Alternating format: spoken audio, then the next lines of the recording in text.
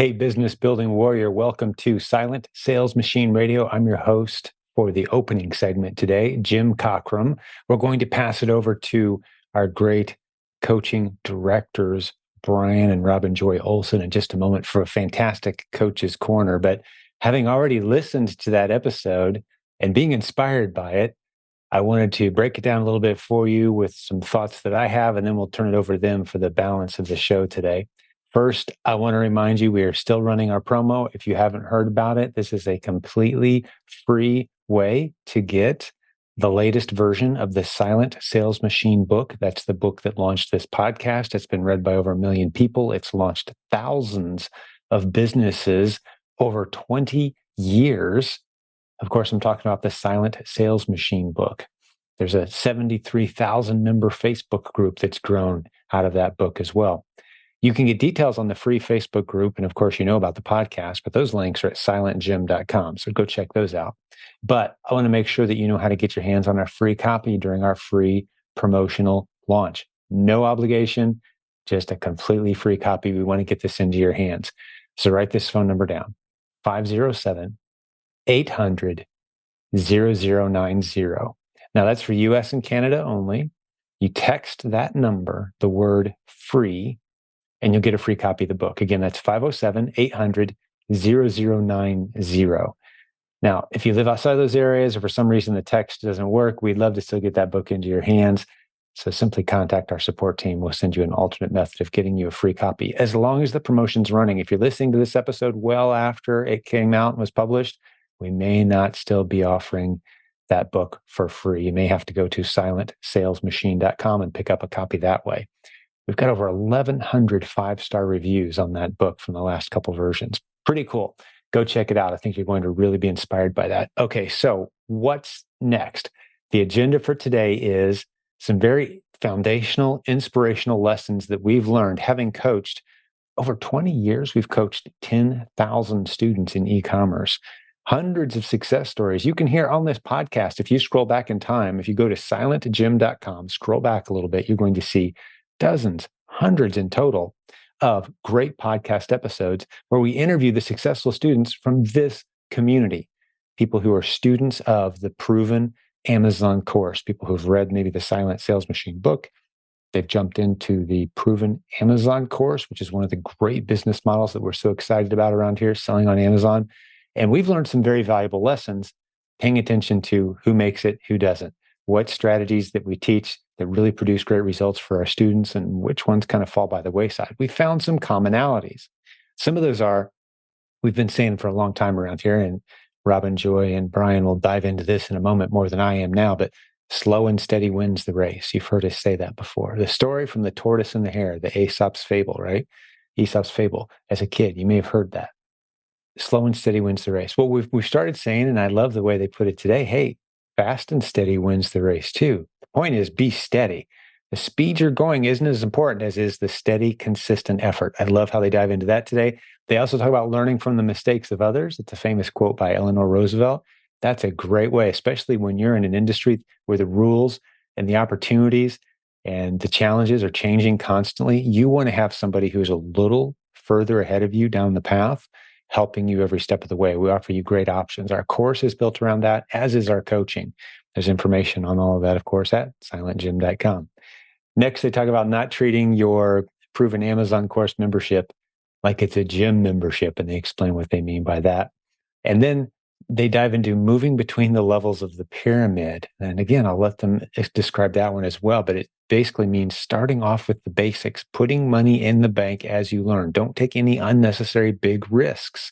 I love that we've designed all of our training content around here in such a way that you can learn what you need when you need it. We call it just-in-time education. You get what you need as you need it, you apply it, you make some money, you maintain that structure that you've built, and you add things to it. You're taking little steps in the right direction, taking small risks, building a beautiful structure. And one of the quotes that I'll add, they don't talk about this today, but one that came to mind for me was from one of my all-time favorite coaches. I got 2 or 3 favorite coaches. John Wooden's certainly on the short list of the top 2 or 3, but he says, if you do enough small things properly, big things can or will happen. I love that quote by John Wooden. Do the small things right, big things will happen. That's how we train around here. And that's kind of a theme of that segment where they talk about all the different business opportunities we teach, but how they're all kind of stacked in a strategic way where you start with the basics and then you add on without abandoning the stuff that's helped get you to where you are now. That's how you build multiple income streams. Great theme for today. It could have easily been, this is the value of 2 or 3 podcast episodes packed into one. Some great conversations maybe you can have. If you've got a mastermind that you formed in our community, some really good talking points to take to the next time that you guys all get together. And this is one of those conversational episodes that's going to serve everyone from brand new sellers who've maybe never sold anything online before, still considering starting a business, all the way up to those of us who've been doing it for a very long time, making sure we stay sharp on those skills that matter. All right, I'm going to turn it over to Brian and Robin Joy now. Enjoy this episode. Thanks for joining us on Silent Sales Machine Radio. Welcome back to Silent Sales Machine Radio. We are your co-hosts. I'm Brian. And I'm Robin Joy. And this is Coach's Corner. Excited to be back? I'm excited to be back. I'm always excited to guest host. It's such a privilege for us. And we have a couple things we'd like to talk about that have been mentioned many, many times before, but we'd like to put some other perspective on it. You okay with that? Yeah, I am. In fact, we're constantly thinking about, there's the saying that one of my old bosses used to repeat frequently, and it was like, when you're a hammer, everything is a nail. Right? Yes. And what we find is that everything, when you're in the Replans business, everything is an ASIN. That's true. So, every time we talk about any other business of ours or any other thing that we're doing in relationships or anything, we compare it to ASINs because that's what we know. That's what we do. That's what we've seen results from is ASINs. Well, so, and it applies. I mean, so many of the fundamentals that we talk about when we're looking for test-worthy ASINs, when we're talking about when an item makes it from when it successfully passes the test and goes on to our Replans list. When we're even evaluating other business models, we compare everything to an ASIN. The principles apply to so many other things. Yeah. ASINs can be, we've said it before, those small investments. You know, maybe it's investments in the stock market. Maybe it's investments in your children. Maybe it's investments in your education. These small investments, some of them work, some of them don't work, but some of them work really well and make up for the ones that don't work. It's the principle that works in so many ways. Right. Well, so we were talking about principle of low, low, high. This is thing that came about, I think, you rephrased something that Jim said, and then low, that high happens kind so of often in the things that I say is I'm repeating a lot of what Jim has taught me, right? Yeah, things that we've learned throughout the community from other many mentors other people, and coaches, whatever. But anyway, low risk, low barrier to entry, high chance for success. Yeah. If you're evaluating any other business model, you could apply those same things to it, right? So not just Replans, not just an ASIN, but any other business model. You're considering buying a car wash or a laundromat or a duplex or something like that. What can you apply those 3 things to it? Brings us full circle. Why did we choose Replans to start, and why do we suggest it for others? Because it's a low risk model. It's a low investment model. You don't have a lot, and we've added to it. It's a low education model. You don't have to have a whole lot of education to get that started. And there's a high chance for success. You don't have to know everything about Amazon. That's right. Or even about Keepa or about business in general. Right. You don't have to know everything. Just a few things will show you a lot of success. And that's why it's really a great model to start with. Yeah. Start building that foundation. But the principles, the fundamentals, they apply, and they apply to many, many different things. We said in one podcast episode, we learn so much from, books that we've read, like we said, people that we've hung out with, or that we, just want to be like, right? Yeah. And I think we potentially almost quoted something to ourselves that was not ours, but it was and now I'm going to totally mess up the quote again, but it was like, how many people can you help to get what you want in life, right? Instead of so we found later that Zig Ziglar had said something very, very similar, and we realized we had adopted that. And so, disclaimer for any quotes. We don't mean to misquote anyone or to use someone's quote as our own. Almost everything we say comes from somewhere else. And we will cite that if we can. But that's a good point. So where are we going with that? What I was just saying is, so what I'm going to share right now could be I don't know that I've heard it anywhere else, but it could be that we have actually already heard it and we're just regurgitating something right, here. But right. We hear a lot, and we hear it in the community that slow and steady wins the race. Right. Jim has taught this, Right. and we absolutely believe that that's true. Mhm. It is not a what we teach is not a get rich quick Mhm. scheme. It is not something that you're going to wake up tomorrow and everything's going to be rosy. And there's some work to it. There's some consistency involved. Uh-huh. What also wins the race, Brian? You know what else wins the race? What else? Fast and steady. Fast and steady. Oh, Mhm. there's a common denominator. There is there. a common denominator. Guess there. what? Yeah. Steady wins the race. Yeah. Yeah. This is what we've heard. We say it all the time, like consistency. And it's not, again, didn't come from us. This is what we were taught in this community is like, whatever you do, just be consistent about what you're doing. Consistency is Uh-huh. key. Mhm. So fast and steady wins the race. Slow and steady wins the race. What really wins the race is steady. Steady. Yeah. So pick your speed, but just be steady about it. And then you'll get to wherever it is that you're trying to go. I will bet on the guy who tests 3 ASINs a week Mhm. and does it every single week Mhm. consistently. I will bet on him instead of betting on the guy who can do 100 every several weeks. Right. And we kind of experienced this ourselves too. We like, have, yes. And we do all the time in any of the things that we're taking on. So I've been sharing with some people, like we're in a moratorium right now on our private listings business. Yes. Because we have to get some other things ironed out right now. Right. We got to, Right. we had to Trying to nail that down. fine tune our pay-per-click campaigns for private listings. And so we're not adding any new products until we get that done. Right. We've got one other project that we're working on right now. Then we're not doing anything else until that is to a point where it is going to, go, it can be its own thing with very little maintenance from us. Right.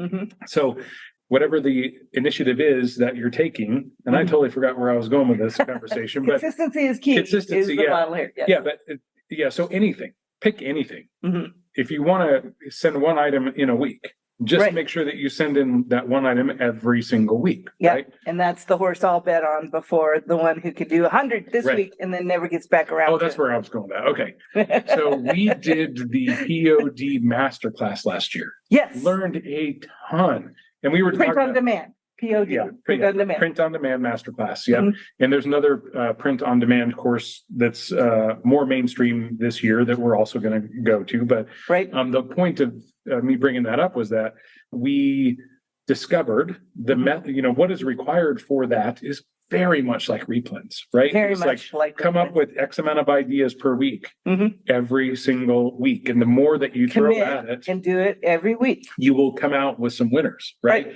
The winners fund the whole rest of the business. Yes. And the same thing with Replans, right? If you're not doing X amount every single week, then you're going to struggle. Right. And when we did this masterclass, we did that same thing. We said, oh yeah, we're going to do 20 a week. So we took the weekend and we did 150. Uh-huh. And then the next week, and then we didn't do any for the several next few weeks. several weeks, because we had so much time to make up for and all the other things that didn't get done because we were diving into this both feet. And then we had to come up for air and we never went back in because it felt like a commitment that we couldn't get out of.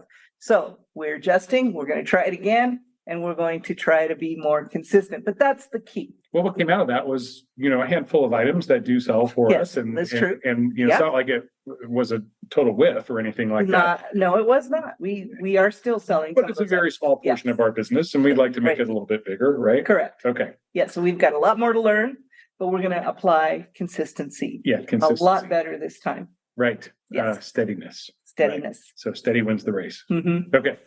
Awesome. That's a good one. And you came up with another one that we were talking about taking quotes from history, Yes. from famous people or from people who were coaches or mentors or whatever, and applying it to the Amazon business. Mhm. And so this is one that you came up with.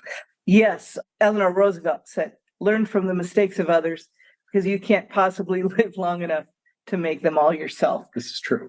That is a quote that says so much to me in the coaching and mentoring space.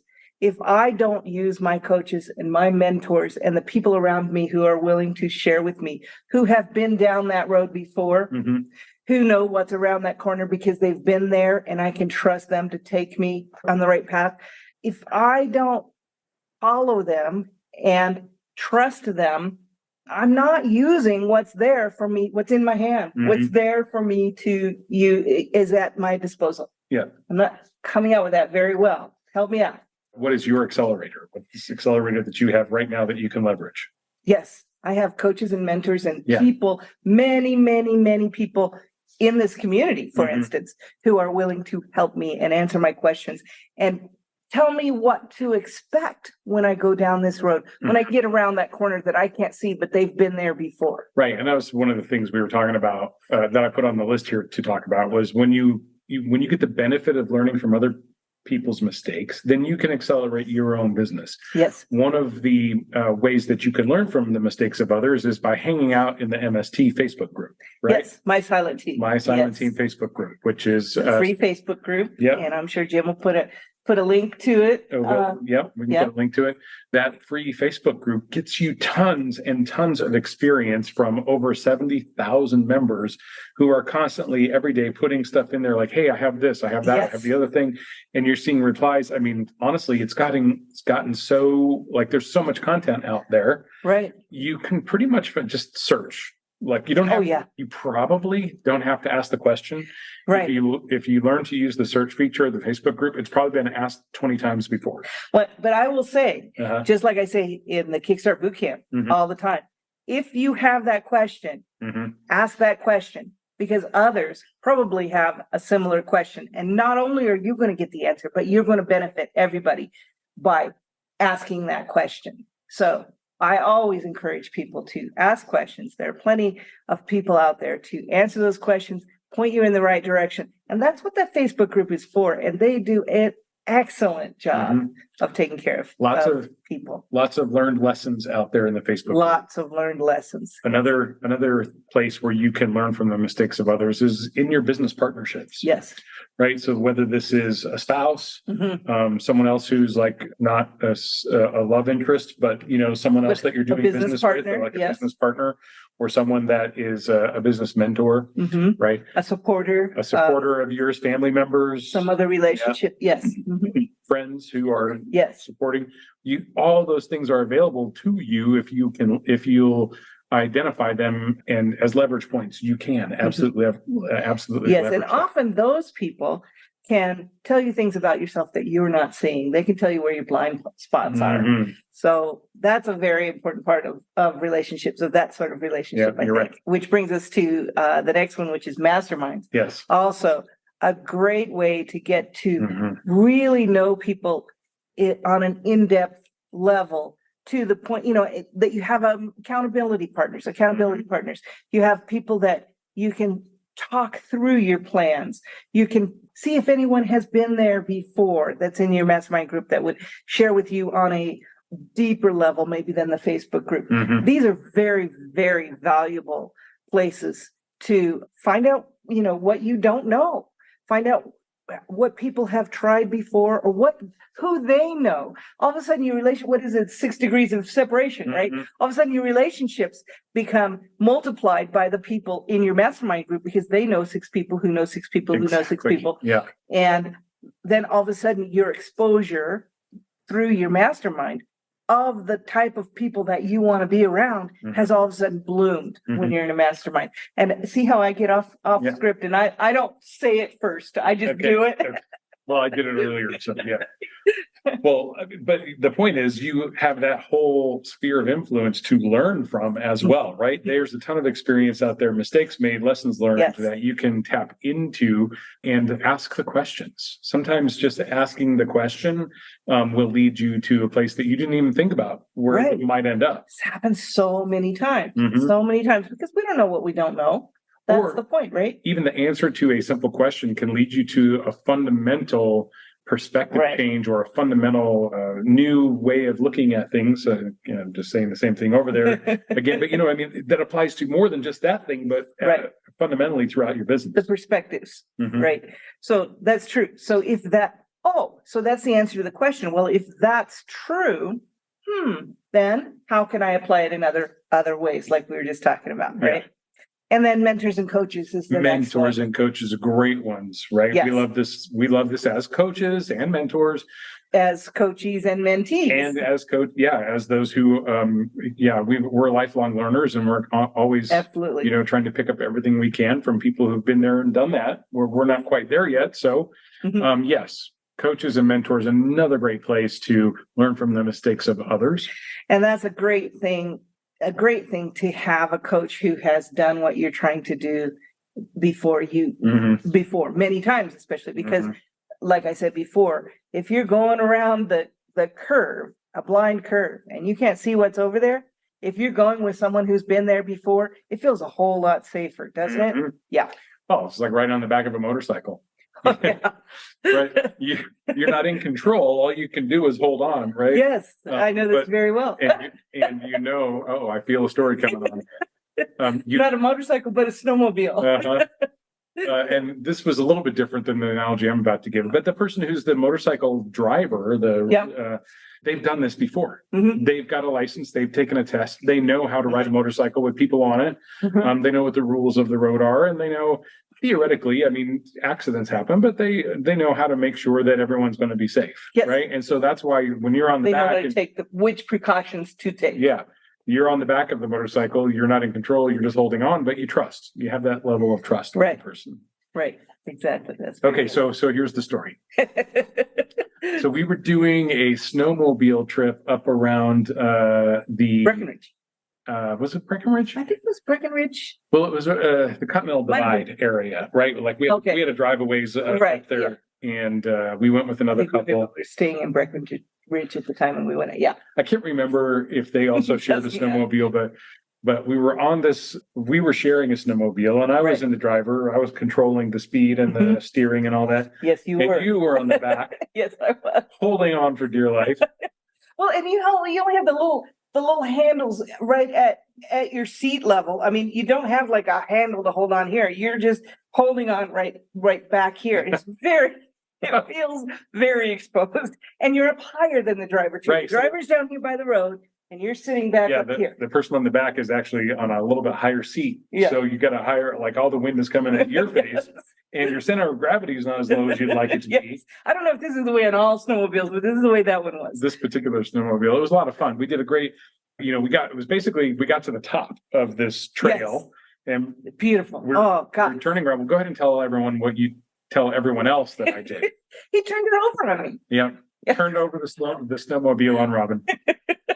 My leg was caught underneath. I wasn't actually hurt, but I was freaked out, and I was like, Matt, you're in the back. I'm driving after this. This is it. That's the end of that story. Because I could not, he was going to turn, but in those snowmobiles and those paths, you have to take that turn quickly. You drive up to it and you take the turn. Well, I can't tell when he's going to do that. And I'm trying to hold on back here. And I'm just at his mercy. I was completely out of control. So you don't want to, this is not an example of what we're trying to say. You don't want to feel out of control. Maybe it would be better if I had taken a snowmobile behind you and you show me where the path was. Yes. Yeah. Well, this is the point of trust and everything. And I was not snowmobile trained by any stretch. This is like when you go horseback riding and you're on the trail where the horse doesn't go running and stuff like that. It's because you don't know what you're doing. Right. So this is very similar. And just to be clear, that point where the snowmobile tipped over, we were not even moving. Like we're just going like, and there was space for my leg. Half a mile per hour. It didn't hurt me. And we both fell over, and it was like we both fell mad. into the snow. There was no weight of any machine on us. No, that's true. But it makes for a good story, right? See, that's a way better story than Then we won't go on that fast. Nothing happened. Yeah, right. Okay. Okay. Well, but anyway, we digress. Learn from this. So actually learn from the mistakes of others. And if you don't like not being in control, don't ride on the back of a snowmobile. There you go. But someone There's your tip for who's the not an expert snowmobiler. Yes. Snowmobiling can be fun. Maybe not as spouses riding on the same one, but yes. Yeah. Well, our advice is to each person get their own snowmobile. That's advice. What we do. That's what we've done since then. So yeah, we've done it maybe once or twice. And you can tell we're not avid snowmobilers because the people who really are, they don't call them that. Oh, what do they call them? They call them snow machines. Snow machines. It's a snow machine. Oh, is that right? Yeah. Well, see, Yeah. Show so you what we're- we know. yeah. All right, So, okay, well, let's move on. yeah, I was driving or I was watching a video or something like that. And I was like, somebody dropped this stat Mm, on me that was like mind blowing. okay, Okay, well, here's the stat. Americans waste $397 million on unused gym memberships every single year. every year. Every single Oh year. my gosh, I'm 300 gonna start selling home gyms. Well, Oh, gym membership. I'm gonna start selling gym memberships. Yes, yeah, not Yes. home gyms, but that Okay. led me to a couple of other thoughts. Yes. The first one was this, but if you get your own gym at home, well, as one of this person I used to work with said, the first step to getting out of shape is to buy a home gym. Because when the gym's at home, you think it's going to be super convenient, but you never use We it. have right? experienced this as well. We know this firsthand. Yeah. Yes, we do. So yeah, we don't want the home gym. Right. Although selling home gym equipment, obviously, I wonder Yes. how much money is actually Well, you know, wasted in that home sense. gym works if you're consistent. Oh yeah. Yeah. Right. Steady. Consistency is key, Mhm, right. right? Mhm. Even if you only do 10 push-ups a day, 10 curls a day, 10 bench presses a day, whatever it is. If you do them every If day, you do them every day, you'll see a change. exactly. Okay. Well, so let's not let our gym memberships go to waste. Number one, we don't need a gym at home. We'll be in worse shape at the end of the year than we were The when we reason started we out. brought this up was The reason we brought this up was this. If you're a member of PAC, don't the treat it. proven Amazon course. Yeah, the proven Amazon course. Don't treat it like a gym membership. Uh-huh. Get engaged, establish that consistency. Go to the gym, go to the PAC gym, Uh-huh. whatever your schedule is. Like, don't say you're going to go 20 times a week if you Uh-huh. can't realistically do 20 times a week. If you're going to go for an hour a day or 2 hours a day or 3 days a week, whatever, 3 times a week, great, go with that. But don't let it go to waste. Okay. I think that's a very good point. Don't let it go to waste. Now, just like a gym membership, there are several machines and Mhm. different types of exercise equipment that you can use. Mhm. And you're not going to use all of those the first day you go in. Right. Yeah. Well, you do see those people, right? Yeah. I know I've done it at least a time or two where you go into the gym and you do an exercise on every single machine. You do Yes. everything. Right. You do the elliptical, you do the stair climber, you do the treadmill, you do the bench press machine, the Right, shoulder but press that's machine. still hard to do all in one day. It is. And then really when you're trying to do everything, You do a little bit of everything, but you never really get Get good good at at anything, any one right. thing. yeah, so this is the joy of PAC. And Yes. kind of leads into the last topic I want to talk about today, but Well, before we leave this, Yeah. I think Jim says it very, very well. yeah, It's more of a library Yeah. of learning. It's not, you don't have to consume it all in one day. And I would say even the Keepa, Advanced Keepa Sourcing 2.0, Mhm. it's got 9 different ways to use Keepa to source. Well, it's not for consumption all in one meal. yeah, it wasn't, Try right. one way, get it down, then try the next way, get it It down. wasn't meant for you to put all 9 ways to use tomorrow. Right. Right. It's like, Exactly. let's learn something, let's get comfortable with it. And then, Yeah. you add that to your toolbox as you go. And that's the way PAC in general is. Exactly. There are getting started videos. There are places that have been marked out for how to get started. Mhm. Use those, get through that information. Don't go straight to the end. There's that leads us into the Yeah. pyramid. Okay, go ahead. So the pyramid, we were talking about this, and we go through this with coaching clients frequently. We do. Okay, which is I've heard Nathan Bailey and Jim talk about the levels of the pyramid are kind of like what the options are available to us in the Amazon space, and then similarly the content that's available in the Proven Amazon course, Yes. right? And at the base of that pyramid is replans, Yes. like the most fundamental you can get, right? We like to start people with the fundamentals, building a strong foundation, and that in our opinion and the teachings here are replans. Mhm. Replans. Okay, so let's talk about what those additional levels are before we get into the real. Some of them. I mean, Some of you them, yeah, I can mean- go many different Yeah. ways with your own pyramid. Uh-huh. Start with replans, then okay. Then we're going to say then where we wholesale. Might wholesale be your, maybe? your next level up, right? Sure. And replans, by the way, can comprise RA and OA. Sure. right? Mhm. Then you can add on wholesale, which is great to help you fill some of those replens. Mhm. And it's a It can natural be a progression. great enhancement right? for replens. Your replens. Yes. And then we put private listings on top of wholesale, Mhm. which was also a natural progression where we got some experience in the replen space. We Mhm. figured out the kinds of products that sold well that worked for us. And then we found wholesale suppliers for those. And then we leveraged those wholesale suppliers for those replens listings, in addition to creating private listings. So we're building that pyramid up. Yeah. But here's what we didn't do. We didn't say, okay, we've figured out replens. We got that going pretty good. Let's now move away from replens and go do wholesale. Well, a wholesale or private listings or whatever your POD, whatever your next step is going to be. That part where I said, let's turn away from replens and throw that away while we go do something else. That we did not do. That we do not recommend. You've built something with your replens list, with your replens business. And the way you get the time, and that actually, I always say, we still have a replens business and probably always will, because that helps us with the cash flow to fund our private listings. And we're constantly, fingers on the pulse of what's new and Yes. what's selling well and what's going on in the community, Yes. the Amazon community, right? Mhm. With listings, generic listings, Mhm. and other brands that maybe we're not allowed to sell anymore. These things happen. And if you're not plugged into the replens part of it, you don't necessarily know. Right. Right. Okay. So we say this, I'll say this, even at a very fundamental level at replens, you've got RA and you have OA. Yes. Right. So we work with clients who we suggest going either way, but both. But we started out in the RA space. And so we built our RA business up over time.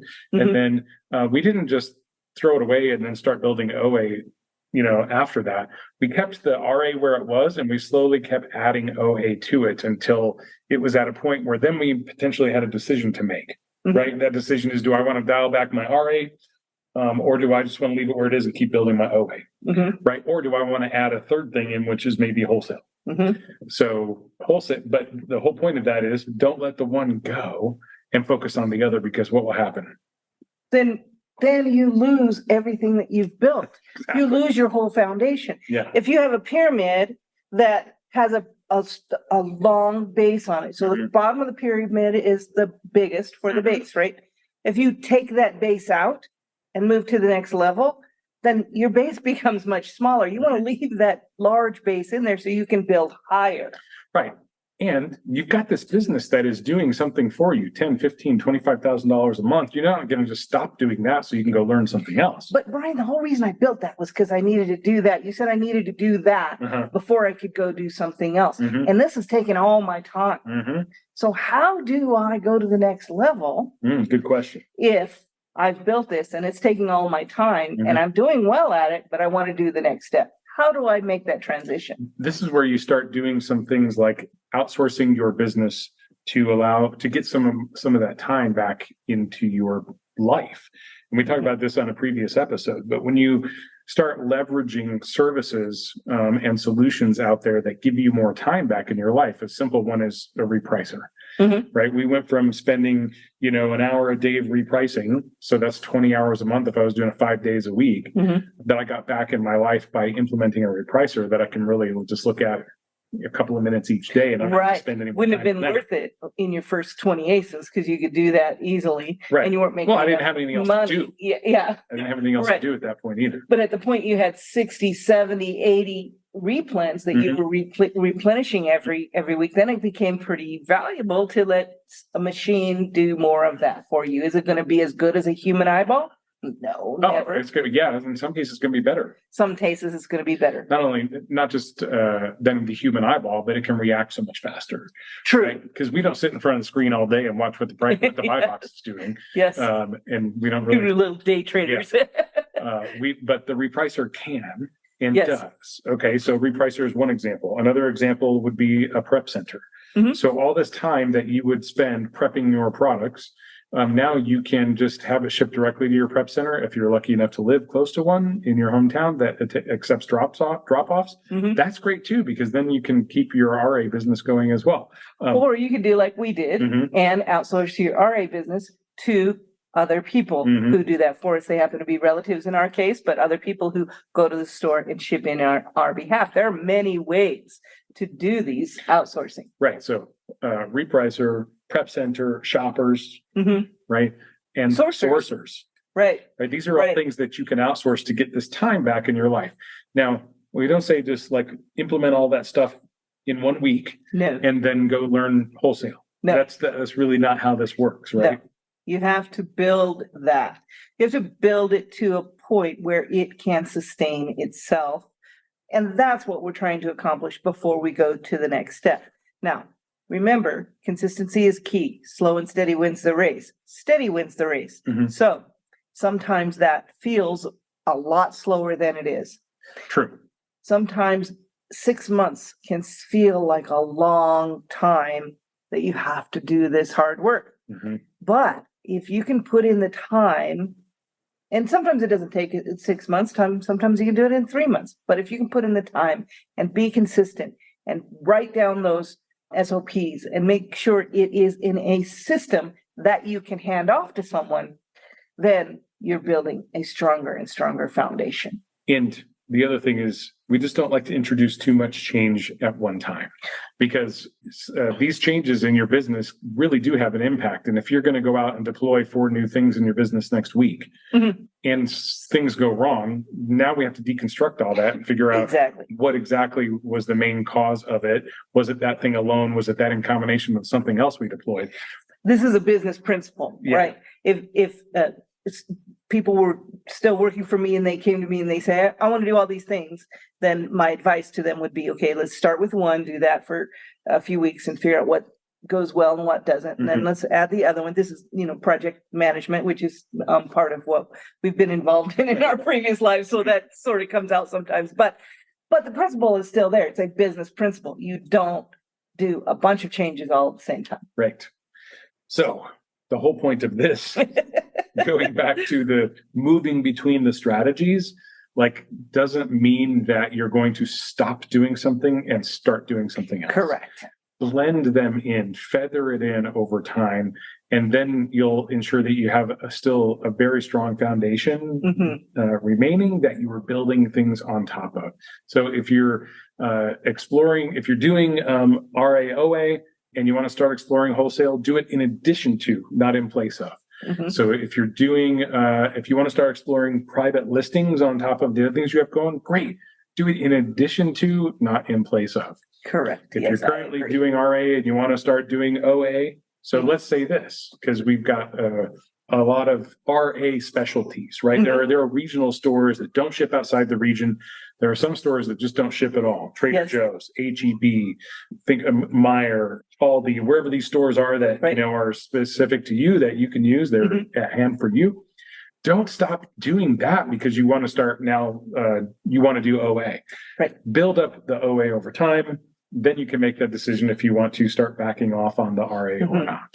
Or just then you can dial it in. Once you get a book of business to work with, and this is what we are big proponents of, consistently testing until you have a book of business to work with, and then start making that book of business a better book of business, a more profitable book of business, a book of business that's easier for you to manage, a book of business that can be outsourced to others.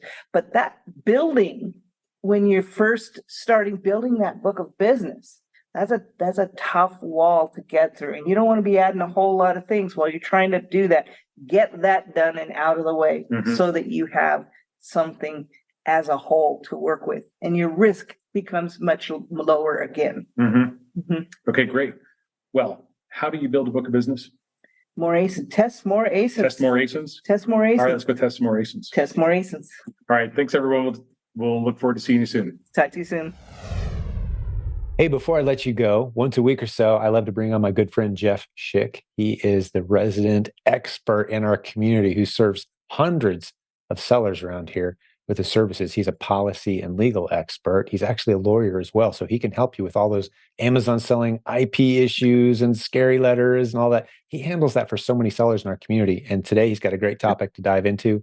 What do you got for us, Jeff? I have, how do you respond to lawyers or lawsuits? Because it is an increasing trend. So yeah, just without further ado, I'd say every single day, it's actually, like today, I've got 2 sellers I'm talking to that receive cease and desist letters from law firms.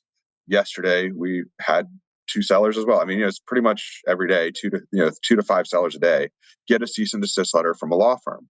And first thing sellers wonder is, what do I need to do? So one thing that I'd like to just point out to sellers is that a lot of these letters are time sensitive in the sense that they're give you a deadline.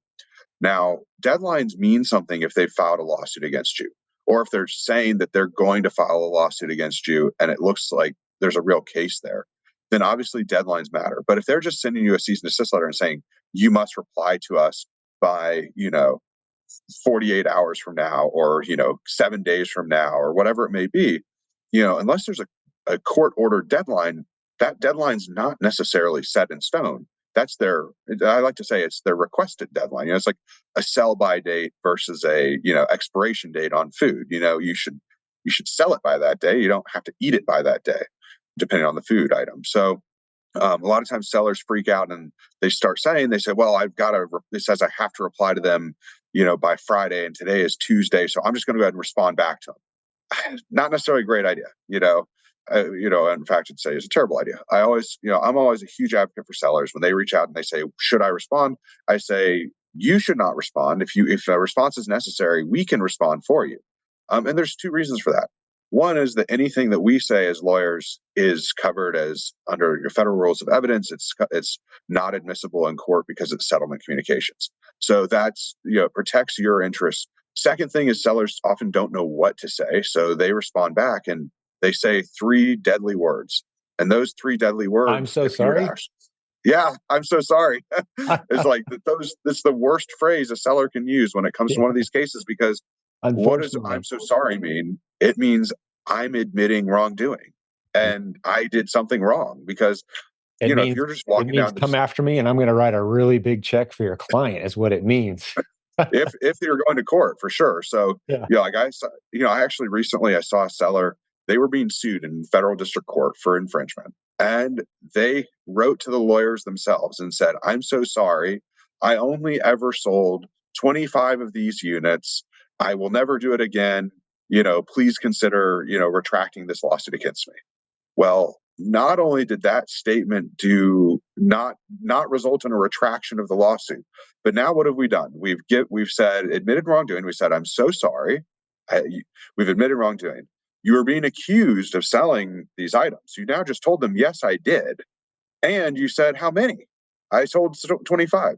So if the brand, has a specific number that they can say, every unit sold harms our brand by this amount. Like, for instance, for one of the big fashion brands, we had a case where our seller inadvertently sold counterfeits of a really famous purse company based out of France.